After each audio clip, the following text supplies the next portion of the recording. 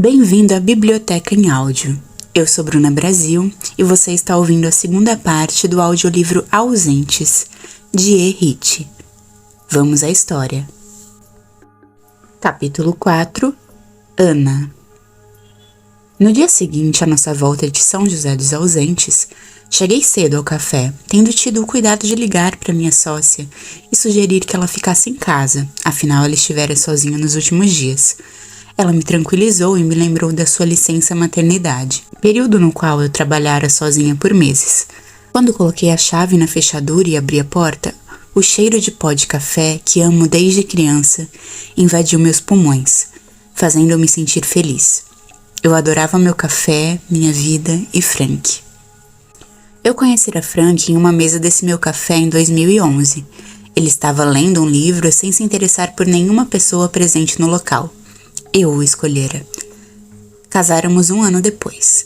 Eu havia tentado aprender alemão por causa dele, mas não tivera a tenacidade necessária. Meu inglês era bom, e em todas as viagens que fizéramos para visitar a família dele ou viajar pela Europa, conseguira me comunicar sem dificuldades. Até na padaria em Frankfurt, eu me sentira compreendida, e assim o alemão virara um dicionário embaixo do balcão do café, que sempre me lembrava da disciplina que eu não tivera.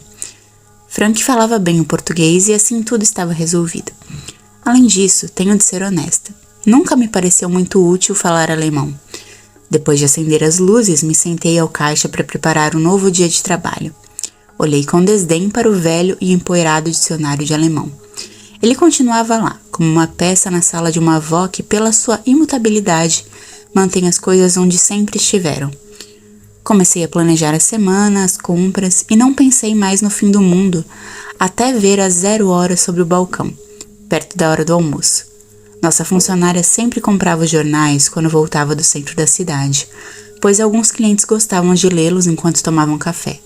Folheei distraída e vi a manchete da coluna policial. Encontrado o corpo do geólogo desaparecido há 4 anos no Rio Grande do Sul. Fiquei lá, com o jornal na mão, lendo e relendo a manchete como se quisesse me assegurar de que minha história não ficaria sem um rosto. O rosto estava lá.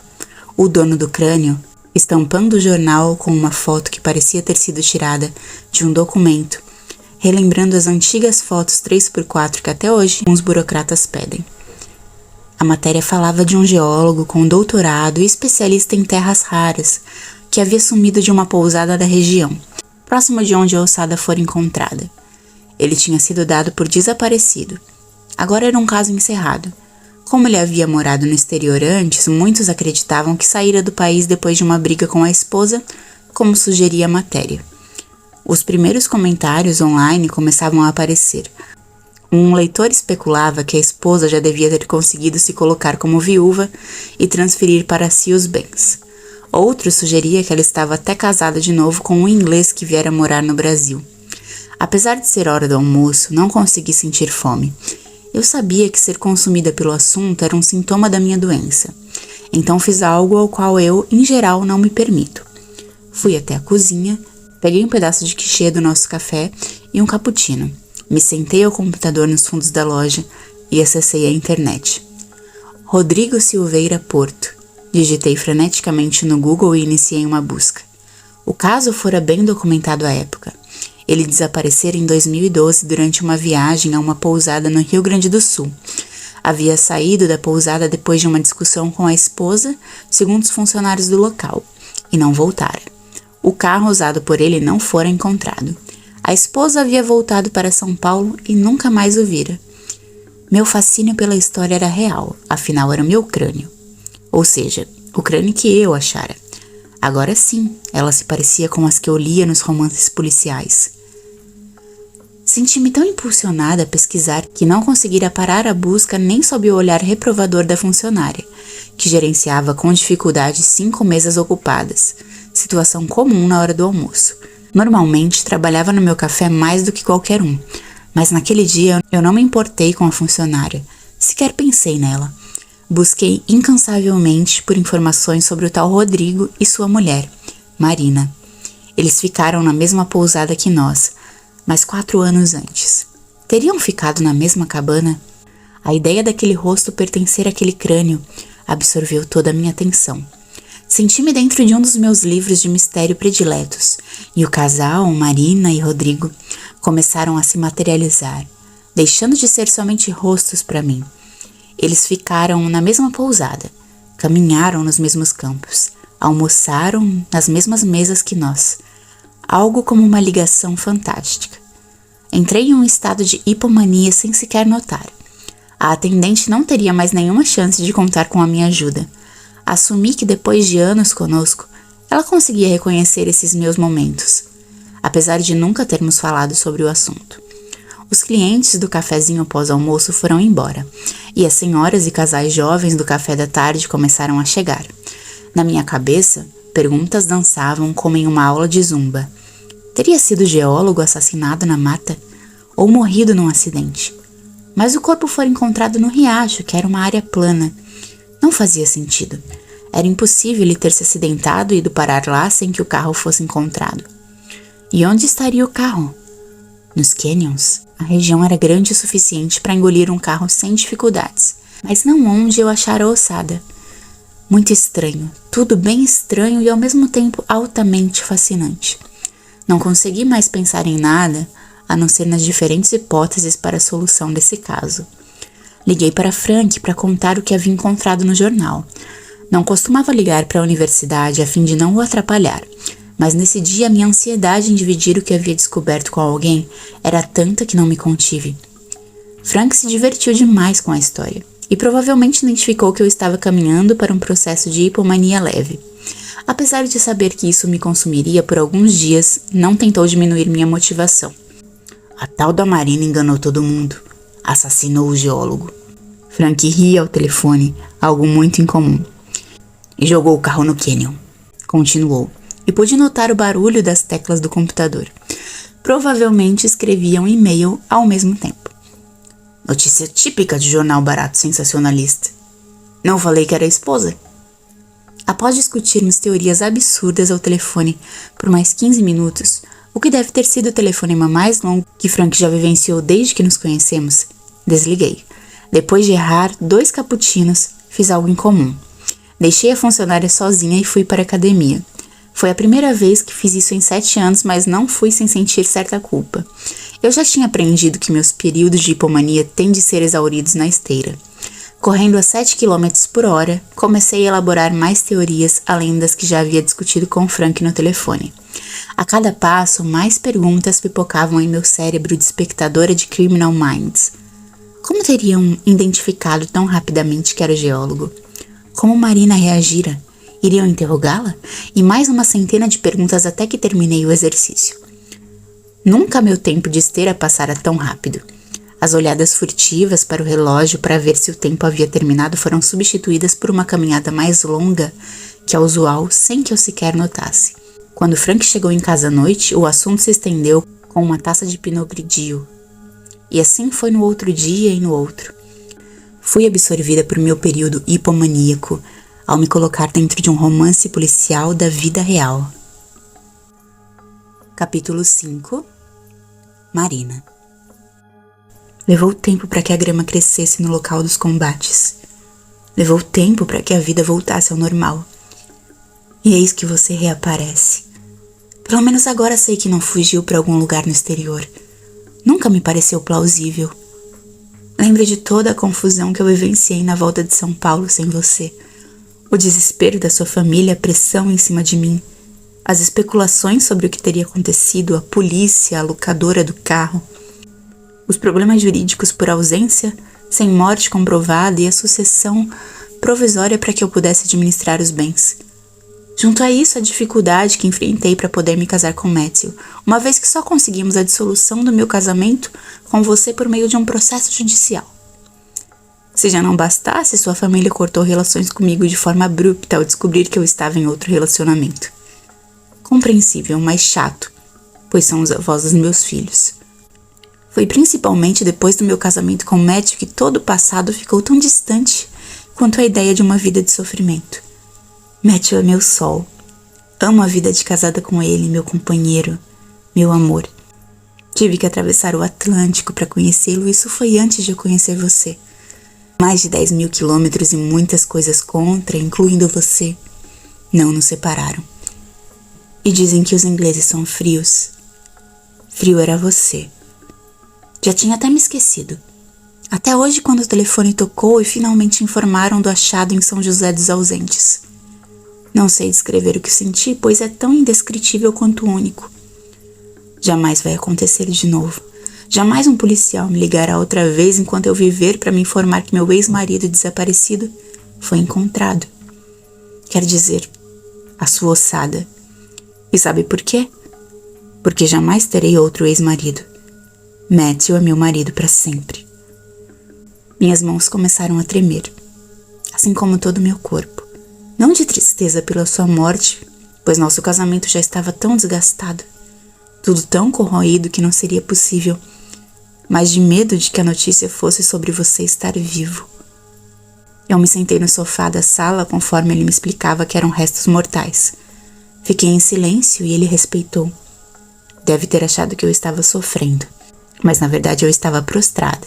A sensação foi de ser engolida pelo sofá de veludo que você havia escolhido, comprado. Decidi, naquele momento, que compraria outro. Desliguei o telefone em uma letargia morna, olhos fixos no nada e sem poder tirá-los do ponto fixo na parede branca, coisa que me acontecia muito quando criança, mas que eu já havia até esquecido. Só os pensamentos crepitando, cozinhando, fervilhando sem capacidade de processamento para gerenciar os olhos, que ficaram em segundo plano, inertes. Especuláramos durante muito tempo o que teria acontecido. Não havia registro de sua saída do país em nenhuma polícia federal. E a possibilidade de ter saído de outra forma que não fosse de avião nos parecia absurda. Nem o carro fora encontrado. A polícia tinha conjecturado que você poderia ter saído para algum país vizinho da América do Sul, como o Paraguai ou a Argentina. Eu sabia que era uma asneira. Eu tinha certeza de que você jamais faria isso. Mesmo que não fosse muito ligado emocionalmente a nós como família, você fazia questão de manter a casa e os filhos. Fazia questão de escolher a educação que receberiam.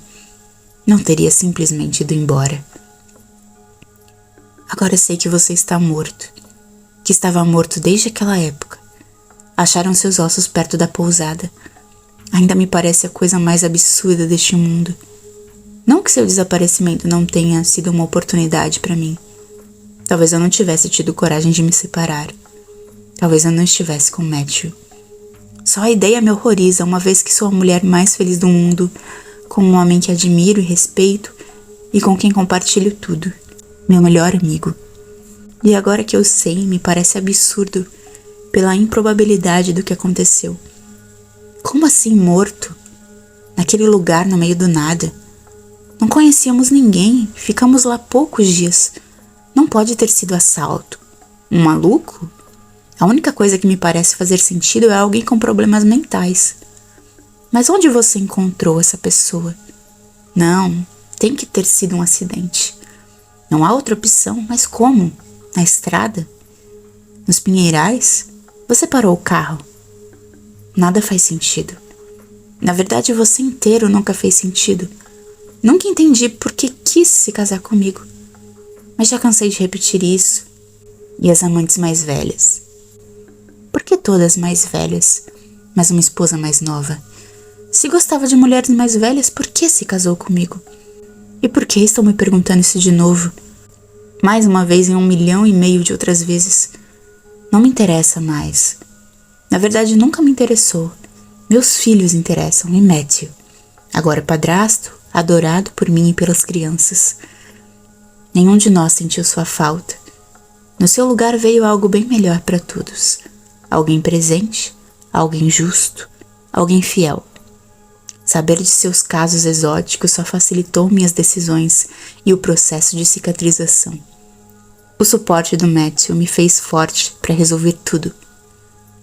Tiro um copo de vinho branco do armário e preencho com um Sauvignon Blanc, que estava na geladeira.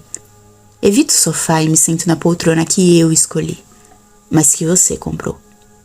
Decido que é hora de tirar do apartamento tudo que é velho, tudo que foi seu. Já comecei vida nova, mas agora é mais nova ainda, sem passado, sem marcas. Agora sou oficialmente viúva. Posso fazer de conta que estou com Matthew desde o intercâmbio. Pensar que os meninos são dele. Tomo um gole de vinho, um amargo e gelado gostoso. Coloquei os bens que você tinha adquirido no nome das crianças. Eu e Matthew vivemos bem. Sou herdeira da avó Mirinha. Quando fomos para São José dos Ausentes, ela tinha falecido havia pouco tempo. Sou filha e neta única. Sofri muito mais com a partida dela do que com a sua. Comentário óbvio. Quando meus pais faleceram, eu tinha 7 anos. Lembro pouco disso. Nossos filhos lembram de você, mas por mais triste que seja, não acho que sintam sua falta como eu sinto dos meus pais. Eles simplesmente sabem que é convenção lamentar a perda de um pai. E tem tudo que eu achei no seu escritório, no computador. Enquanto fomos casados, eu não tocava nas suas coisas. A prova de que você sabia disso é a forma aberta com que guardava as informações. Achei a senha num bloco de notas dentro do cofre. O resto estava direto no desktop, ou nos e-mails sem senha. E pensar que eu nunca tinha imaginado. O frio, gelado doutor Rodrigo aproveitava suas viagens a trabalho para sair com senhoras. Se alguém tivesse me contado, eu teria gargalhado com a certeza de que era uma mentira esdrúxula.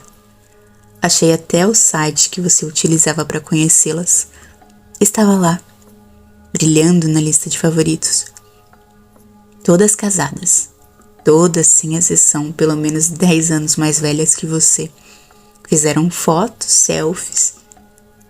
Pelas datas, você tinha alguns relacionamentos desde a época do mestrado. Desde o nascimento do nosso primeiro filho. Não sinto a dor da mulher traída. O contexto é irreal diante da minha vida atual. Logo após a notícia da sua ossada, fui até o banheiro e vomitei. Fiquei na dúvida se teve a ver com a notícia em si. Talvez tenha sido por ter tido contato com tudo isso de novo. A notícia da morte veio para reviver um drama distante. Drama de um marido sem tempo para a família. Eu cuidando do menino doente, sozinha. Você sem interesse em sair conosco e sempre trabalhando em algum outro lugar. Trabalhando de dia e se divertindo com as suas madames à noite. Jogando na minha cara de maneira perversa o sacrifício que fazia. Nojo. Foi isso que senti. Daí o vômito. Reação natural. E as notícias não acabam por aí. Segundo o telefonema que acabei de receber, terei que ir para o Rio Grande do Sul fazer o reconhecimento e prestar depoimento. Vou sozinha. Matthew deve ficar aqui com as crianças que nesse meio tempo se tornaram adolescentes. Quero ir para saber o que houve. A viagem já tem data.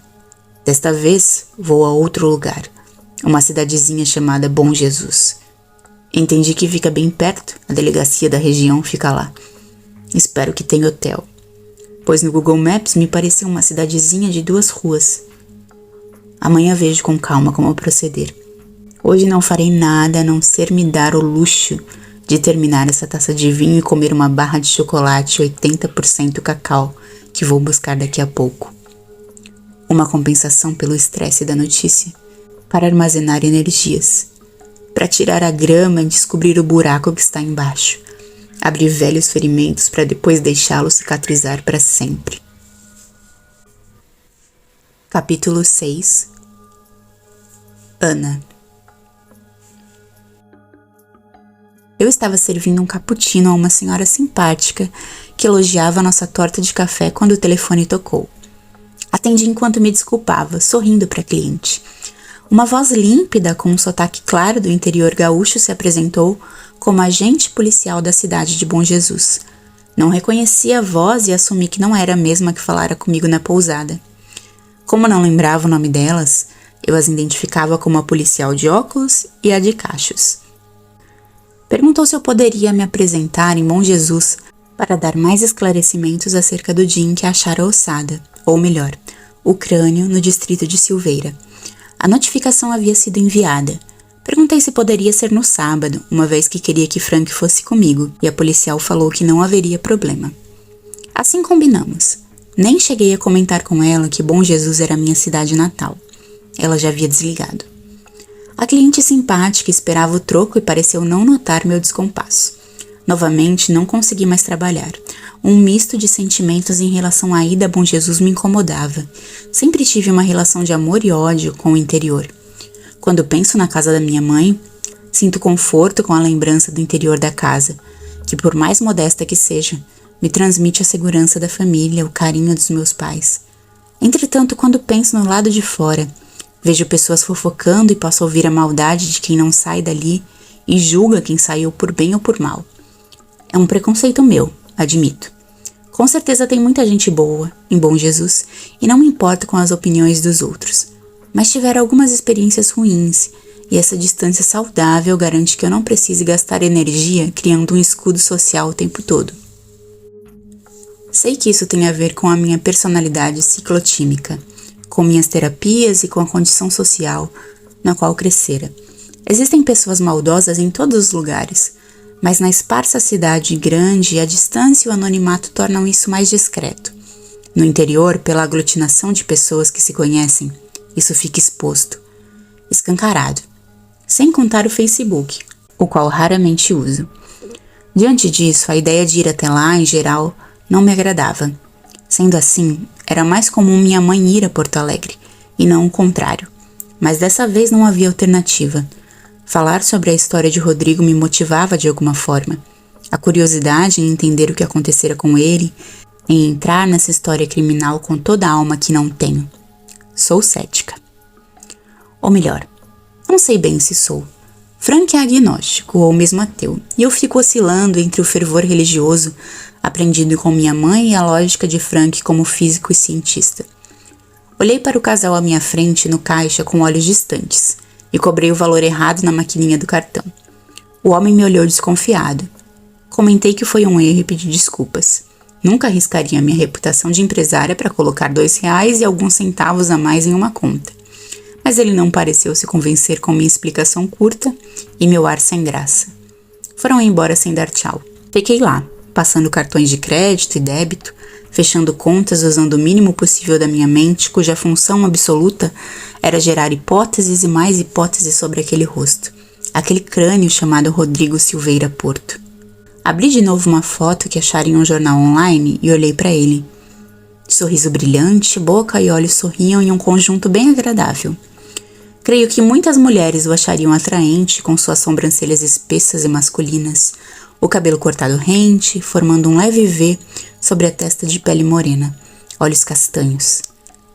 A foto não mostrava o corpo inteiro, mas ficava claro que ele não era gordo. Que idade teria? Mais de 30, com certeza? E era PhD em terras raras. Abri a Wikipédia e digitei terras raras.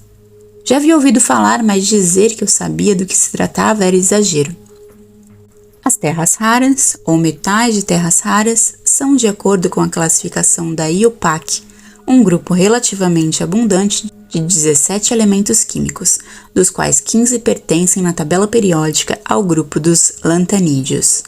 Ok, pensei, ignorando a tal de IUPAC, que na minha opinião devia ser alguma organização, e continuei a ler mais um blá blá blá que não acrescentou quase nada relacionado ao que o geólogo fazia.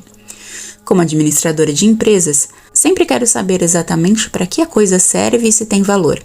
Frank, como intelectual, já costuma tratar as coisas de um modo diferente. Entre cumprimentar um cliente e outro, digitei terra rara, valor, no Google e achei a seguinte frase, que me auxiliou a entender um pouco afinal. Chamados por alguns de o ouro do século XXI, por sua raridade e valor econômico, as terras raras são metais que servem de matéria-prima essencial para itens de alta tecnologia. Pensei entre o calcular de mais uma conta e a digitação do valor na maquininha, virando-a com um gesto mecânico para o cliente de forma que ele pudesse digitar a senha. Dessa vez não errei, mas estava tão absorta que sequer observei se tratava de um homem ou de uma mulher. Passei o dia esperando a hora de ir para casa. A foto do homem sorridente, moreno e de cabelos muito curtos era para mim o estereótipo do que eu esperaria de um paulistano. E ela não saía da minha cabeça. Ele na pousada, desaparecendo para aparecer sob meus pés em forma de crânio. E sem aqueles olhos sorridentes. No lugar deles, 2 orifícios. Estremeci. Onde estaria o resto do corpo? Teriam achado? Essas perguntas martelando me impulsionavam a pegar o carro e ir naquele instante a Bom Jesus falar com a polícia. E eu sequer sabia se eles teriam alguma resposta ou se imaginavam que eu as tinha. Quando estacionei o carro na vaga da garagem, vi o carro de Frank entrando também. No elevador, comentei sobre o telefonema e combinamos que ele iria comigo, ainda que meio hesitante. Algo errado? Perguntei meio sem entender. Estou impressionado como essa história entrou na nossa vida e fez seus olhos brilharem. Respondeu Frank com a chave de casa na mão, mas me olhando bem dentro dos olhos como se quisesse ver o impacto disso no meu psicológico. Na verdade, para mim é mais um problema que temos para resolver e você sabe que estou com viagem marcada. Foi a primeira vez que ele comentou alguma coisa ao me ver em um período de mania ciclotímica, do qual eu estava bem consciente. Até aquele ponto eu sempre fizera de conta que não notava até passar. As perguntas e as respostas dele nem sempre me agradavam, mas me agradava o fato de ele ser sempre direto. Assim, sempre sei o que esperar de Frank. Nada de joguinhos, nada de surpresas, nada de expectativas veladas. Não se preocupe, é em Bom Jesus, e ficarei na minha mãe se tiver de ir para lá de novo. Respondi, tentando trazer um tom de normalidade à nossa chegada em casa. Ok, mas vou com você no sábado. Só não garanto que haverá uma segunda vez. Sem estresse, respondi. Então no chão com nosso bulldog saltitante, que parecia ganhar na loteria a cada noite quando chegávamos em casa. Frank se juntou a nós em nosso idílico momento família cão. Capítulo 7. Ana.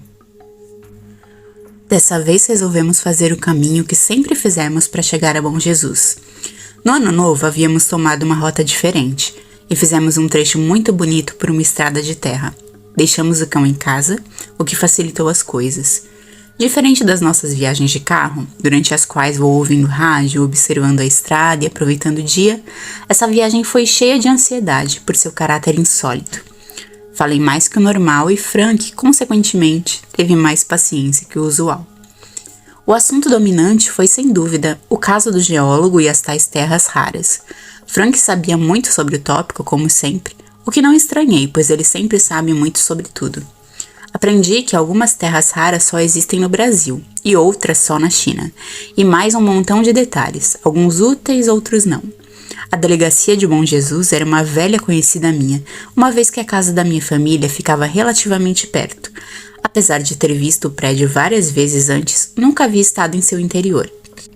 Senti uma excitação mesclada com memórias de infância e misturada com o horror de ter de ir até a casa dos meus pais e repetir mais uma vez todos os acontecimentos. Era normal repassar tudo ao vivo, como um animal ruminante faz com a comida antes de degluti-la para sempre. Depois de uma recepção de abraços, o que sempre incomodava Frank, fomos conduzidos por uma mãe borbulhante de felicidade até a cozinha da casa. Enquanto eu recebia nas mãos um chimarrão quente e amargo, ela me explicou que o delegado era filho de um primo meu que se mudara para a Lagoa Vermelha. Eu lembrava bem do primo, apesar de nossa família ser enorme, e recordava vagamente de ter visto o menino uma vez em um Natal, no qual juntamos quase toda a família.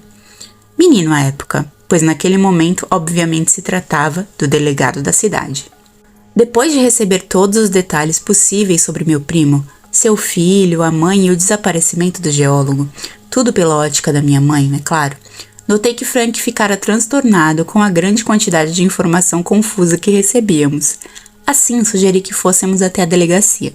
A sala de entrada era ampla e limpa, as paredes eram brancas, recém-pintadas, e as lajotas no piso, também branco, davam um ar asséptico de laboratório. Fomos levados em seguida à sala do delegado, no caso meu primo em segundo grau. O rapaz estava sentado atrás da escrivaninha.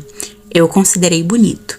Devia ter uns 30 e poucos anos, óculos de grau modernos e bem apresentado em seu paletó azul e gravata cinza. Chamou minha atenção o cabelo estilo sertanejo universitário, que não imaginei ser comum na região. Junto com ele trabalhavam 3 policiais mulheres. 2 delas eu havia conhecido na pousada e uma assistente. Meu primo distante se chamava Guilherme e o sotaque dele era levemente diferente do sotaque de Bom Jesus.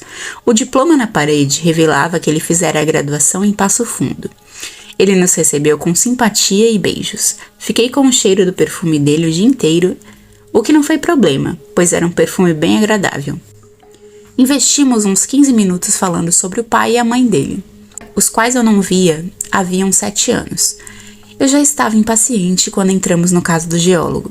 Guilherme contou que o homem havia sumido antes de ele assumir o posto, e que o caso tivera repercussão nacional, o que eu já percebera depois da extensa pesquisa na internet.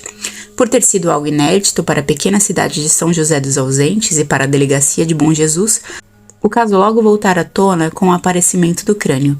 Assim, a primeira tentativa óbvia fora verificar o registro da arcada dentária, levando o crânio até a casa do dentista local.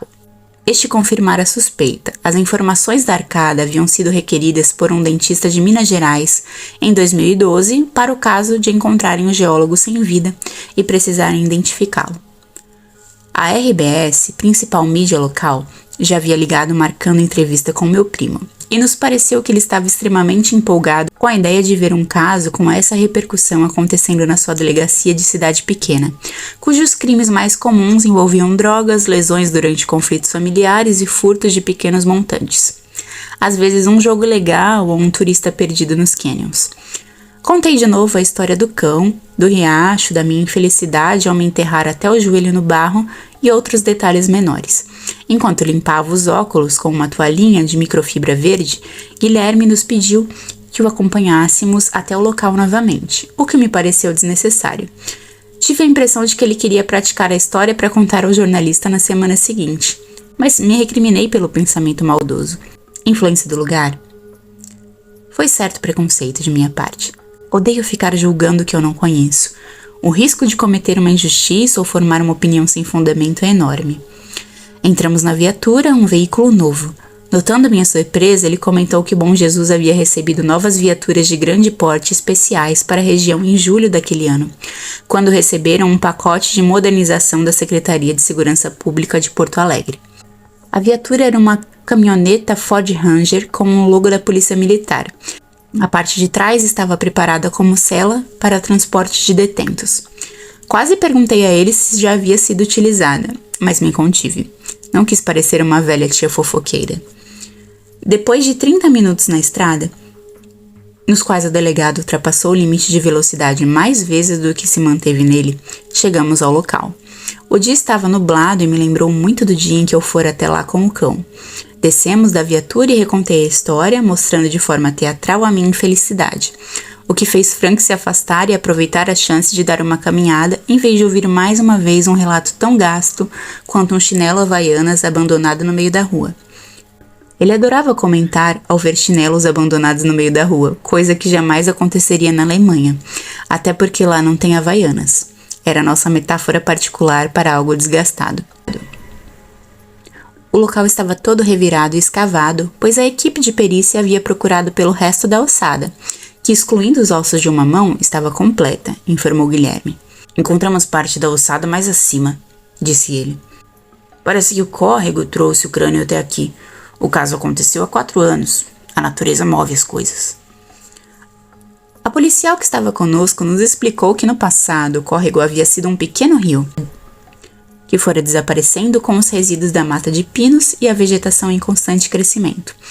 Ela era da região, mas não podia precisar como era 4 anos antes. A área verde é muito ampla e não se presta atenção nos detalhes dessa forma, explicou enquanto caminhávamos pelo local. O maior mistério é o carro do sujeito, disse Guilherme pensativo. Frank, que havia acabado de voltar da caminhada, mas parecia descansado, imediatamente comentou que não seria difícil se desfazer de um carro perto dos canyons. Basta deixá-lo sem freio e na beira dos canyons e deixar a gravidade trabalhar, disse com um ar de físico entediado e seu forte sotaque alemão. Guilherme, que havia demonstrado pouco interesse nele desde que nos encontráramos, talvez em virtude da nossa ligação familiar, pareceu tomar consciência da presença de Frank de outra forma. Olhou para ele como que intrigado pela maneira simples e direta com que Frank tratava o assunto. Não é tão simples assim, falou em tom firme e com autoridade. Uma vez que mesmo um corpo caído no canyon abre uma clareira visível, e à época houve buscas ao geólogo, de acordo com a colega. Fazendo um gesto em direção ao policial que havia nos acompanhado em outra viatura, ele continuou: "Nisso temos experiência." O jovem delegado abriu um sorriso malicioso, talvez pensando nos vários turistas que haviam tentado a façanha e nos resgates que realizavam com mais frequência do que ele gostaria. Eu olhei para Frank, pensando que era a primeira vez que eu ouvia fazer uma sugestão que não fosse possível. Como físico, ele sempre sabia dessas coisas, e me perguntei se estaria testando meu primo, o que era bem possível. Algumas pessoas tinham a teoria de que ele, dominado pela raiva após discutir com a esposa, teria saído da estrada e caído em algum ponto do cânion, adicionou a colega que estava na delegacia à época. Por causa disso, houve buscas de helicóptero que terminaram sem sucesso. Um carro caído no cânion teria que ser visível, mesmo que caísse dentro da mata, repetiu o delegado, querendo acabar de vez com o assunto do sumiço no cânion. Frank franziu a testa e não desistiu. Se eu fosse o assassino, teria escondido o carro na mata e só teria me livrado dele no cânion meses depois. Os policiais olharam para ele perplexos. Talvez esse fosse um comentário que um brasileiro não faria naquela situação, mas não tenho certeza. Essa região tem uns 50 km² e dezenas de pequenos bosques onde se pode esconder um carro. Tive de esconder um sorriso ao ver o olhar curioso com que todos olhavam para Frank. Ainda bem que ele não era um suspeito. E centenas de turistas, moradores e trabalhadores andando por toda parte, retrucou o delegado, já meio sem paciência. Seria um movimento bem arriscado para uma paulistana que nunca tinha estado aqui. Então você também acredita que foi a esposa? Perguntei sem deixar de anotar a menção a uma paulistana. É a única suspeita, na verdade. Ela é a única que se beneficiou de alguma forma, respondeu Guilherme, parecendo não notar o tão bem da minha frase. Eu estava me referindo a Frank, que desde o início suspeitara de Marina, mas não dei maiores informações. Como era sábado, eu e Frank resolvemos ir até a pousada, uma vez que estávamos quase ao lado, e permanecer por ali caso eles tivessem cabanas livres. Fiz isso por Frank, pois ele só suportava a vida de uma família brasileira em doses homeopáticas. Podia imaginar o teatro psicológico imenso que minha mãe faria para que nós ficássemos com ela em Bom Jesus, mas já sabia ser firme. Porto Alegre estava um inferno e ali, a uns 1000 metros de altitude, o clima parecia bem mais convidativo. Na pousada, eu tinha mais chance de convencer Frank a ficar. Voltamos levemente arfantes 15 minutos depois. Havia lugar na pousada e iríamos voltar, informamos a Guilherme, que também voltava para a viatura no mesmo momento. O grupo de policiais havia caminhado córrego acima para ver se identificavam onde o suposto crime poderia ter ocorrido, mas concluíram que era muito difícil precisar. Sabiam onde a perícia havia achado os primeiros ossos, mas isso não provava nada. O corpo poderia ter sido transportado até ali, como for exaustivamente discutido. A estrada tinha pouco movimento, o que devia ter facilitado a execução do crime. A polícia já havia feito buscas pelo veículo em uma área de pelo menos 3 km de diâmetro ao redor do ponto onde o crânio foi encontrado, mas não obtiveram nenhum sucesso. A explicação mais convincente era de que o suposto assassino tivesse levado o carro para um lugar mais longe. Voltamos à cidade e com nosso carro fizemos rapidamente os 30 minutos de estrada de terra batida até a pousada depois de um debate acalorado com a minha mãe desolada, como previsto. Um animal atravessou a estrada. Foi tão rápido que Frank sequer conseguiu apertar o freio do carro, mas as trajetórias randomicamente se desencontraram sem ação de nenhum agente, simplesmente seguindo a lei das probabilidades. O animal saiu ileso e nós também. Chegamos à pousada e descarregamos a pequena mala que havíamos trazido com as roupas de ambos. Não estávamos aparelhados com as roupas de passeio como da última vez, visto que nosso objetivo era outro, e fomos alojados em uma cabana diferente. O jantar foi servido às 8 horas. A mesma mesa retangular e longa de madeira, coberta por uma toalha de plástico barata, provavelmente comprada por metro em uma loja de armarinho, estava arrumada com um buffet. As mesmas 6 mesas, com 2 a 3 cadeiras de estampas desemparelhadas, estavam colocadas próximas para os hóspedes. A mesma sala continuava cheia de objetos gauchescos, desde vasos de samambaias feitos de nó de pinho a boleadeiras feitas de roletes pendurados nas paredes, sem dispensar o tapete de couro bovino que nunca falta em ambientes regionalistas gaúchos. Os pratos e travessas eram os mesmos Duralex cor âmbar. o que deve ser a louça mais comum nas casas de classe média brasileira desde quando minha mãe era criança. A comida estava servida como da última vez em assadeira de alumínio, com exceção das tigelas de arroz e feijão, que seguiam o padrão dos pratos. A comida campeira, no estilo do Rio Grande do Sul, não era algo que comíamos normalmente. Havia ainda linguiça e polenta frita, acompanhada de algumas verduras que eles chamavam de salada, mas que no meu conceito, por não estarem temperadas, eu chamaria apenas de verduras cruas. Nesse caso, cenoura e beterraba ralada. Depois nos alojamos e ficamos alguns minutos absorvendo o silêncio repousante, sentados em frente à cabana, observando dezenas de vagalumes saltitantes que nos fascinavam com seus rastros de luz. Havíamos feito o mesmo na noite de Ano Novo. Sempre gostamos de repetir o que nos agrada. Para nossa surpresa, demos conta de que éramos os únicos hóspedes da pousada. O caseiro veio se sentar conosco enquanto bebíamos cerveja, e como programado, conversamos sobre o desaparecimento do geólogo. O caseiro era o mesmo da época, e ele havia levado Marina, a esposa de Rodrigo, de volta a São José dos Ausentes para pegar o voo para São Paulo. Perguntei se ele achava que ela era assassina. Ele negou com a cabeça. Ela estava aqui com os filhos e não vimos ela sair da pousada. Além disso, ela estava a pé, explicou enquanto servia cerveja no copo sob o ar reprovador de Frank. Ele nunca gostou de ser servido, principalmente se tratando de cerveja. O caseiro considerava quase impossível imaginar que ela tivesse saído a pé, sem os filhos, cometido o assassinato, sumido com o carro e voltado sem que ninguém notasse. Parecia-me bem convincente, mas fiquei me perguntando se ele se lembrava desse dia nesse nível de detalhe, e ponderei que talvez sim, pois era um incidente bem específico. Ao voltarmos à cabana, notei que Frank estava muito empolgado com a história.